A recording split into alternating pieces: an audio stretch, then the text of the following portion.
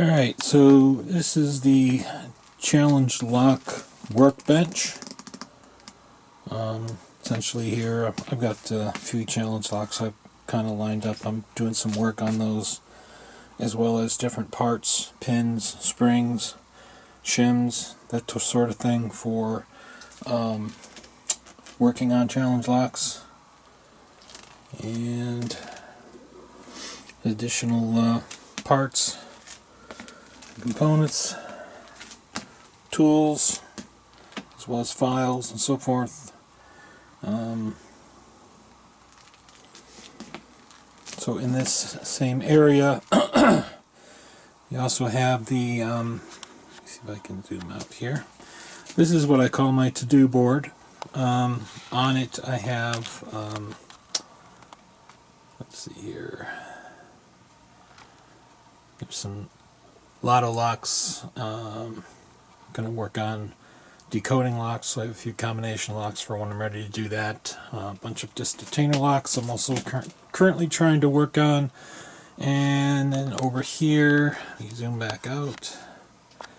These in bags are essentially all red, brown, and black belt level locks to get to when I'm ready to start doing my belt progression again. And over here we have the video equipment for different types of videos. This is all brass tubing of different sizes and diameters, as well as brass rod in different diameters and lengths, and ball chain for making ball chain based pins out of. I do have some copper tubing and rods down there for other projects that I work on.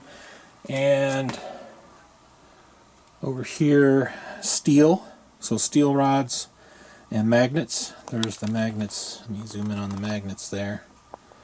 These are all different size magnets to use. And come back out. And these are a whole bunch of different key blanks and all sorts of varieties for working on challenge locks.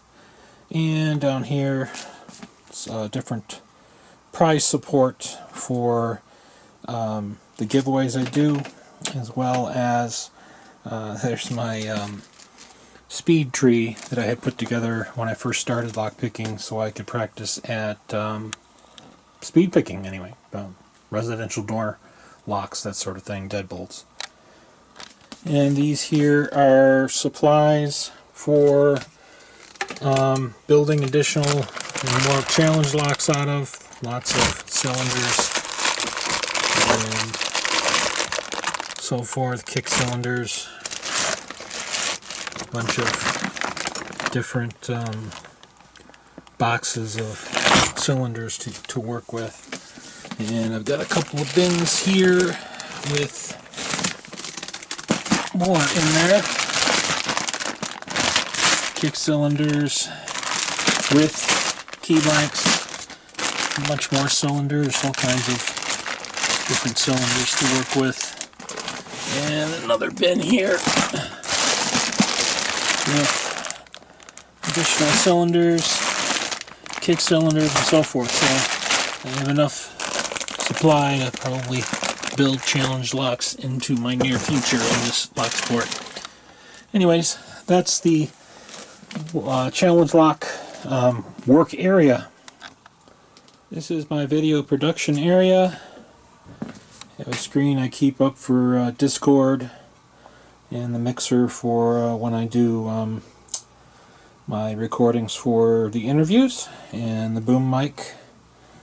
That's XLR mic connected to the mixer, and a bunch of memory for 3D printing and working on a video production in the studio.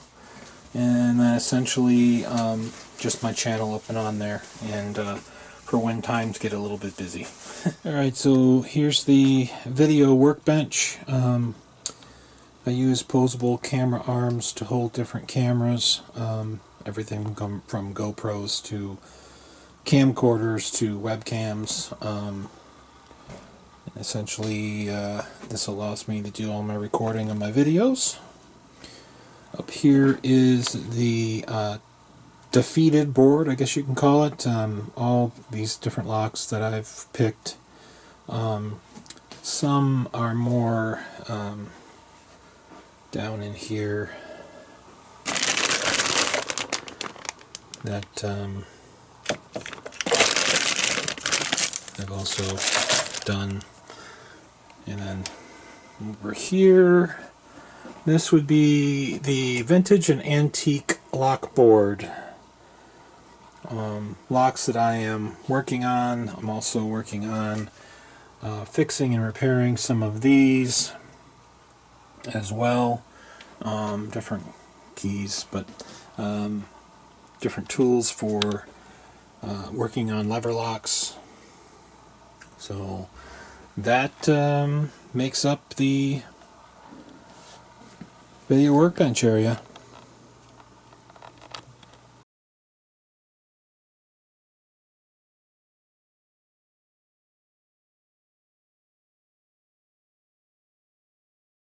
Alright, so in here, this is the workshop area.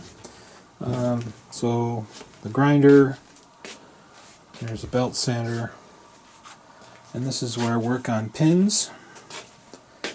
It's a Dremel workstation. I use a plastic bin here to collect both the shavings as well as when I cut the pin off of the rod stock.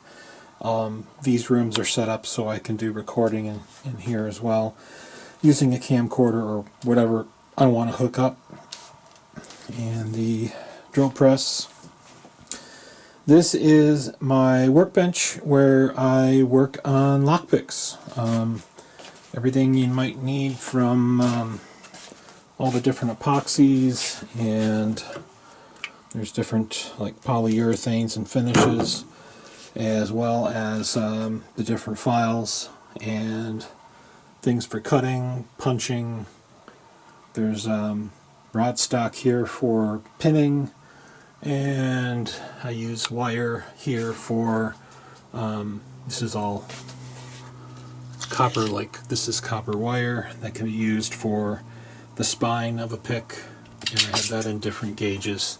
Then there's the metal strips for making picks out of, and then for epoxying, and of course there's the recording station. And what else we got here? And that about sums that up. There's also here my selection of pen blanks of different types of wood. Let me zoom in on that so I can read the, like African blackwood,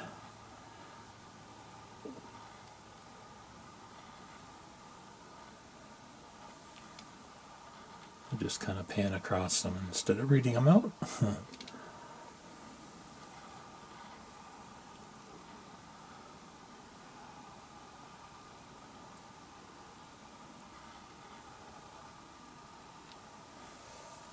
Of course, I have a fan right in my way here.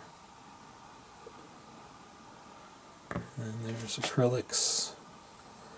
That's like practice wood, zebra wood, wenge, walnut.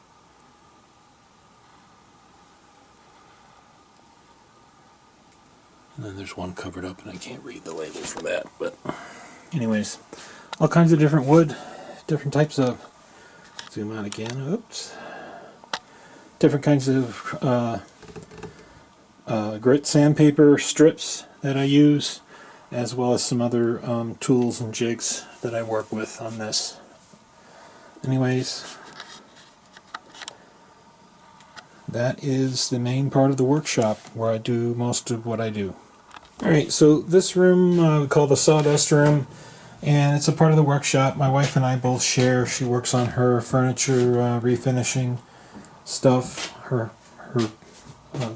work she does with that.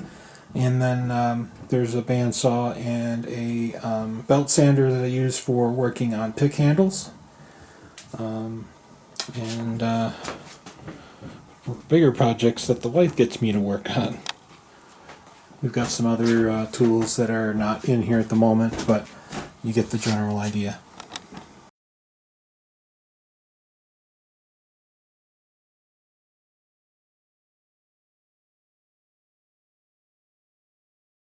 And this would be the workroom we do special stuff on. We have the vinyl cutting machine that I use to make templates for any number of things, from painting to etching locks, all sorts of things. So that's how we cut our vinyl. And the workstation, that's my wife's workstation that we use to do the cutting with the vinyl cutter. So that is the 3D printer that I have been using for the